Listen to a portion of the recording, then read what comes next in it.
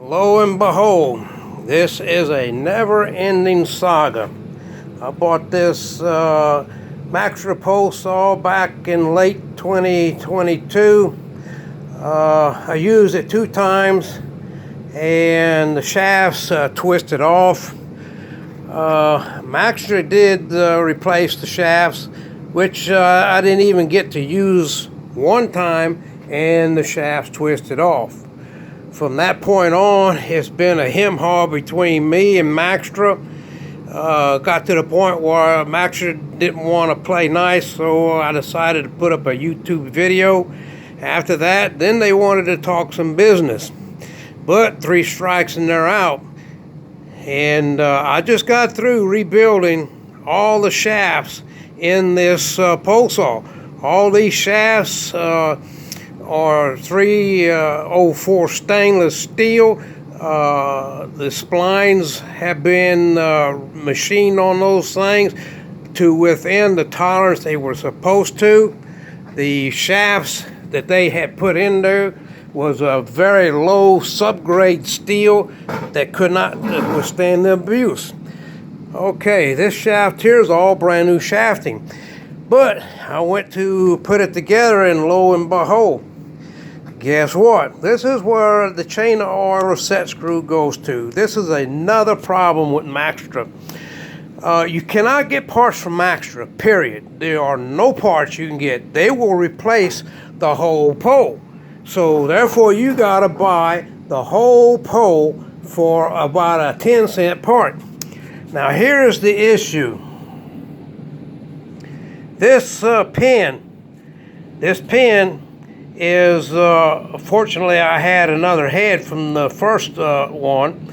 This little pin goes into this hole right there.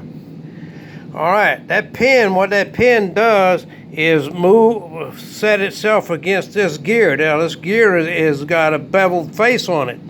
As the gear turns, it pushes against that pin and pushes this shaft back, and the spring pushes it back and forth to pump oil out of the reservoir.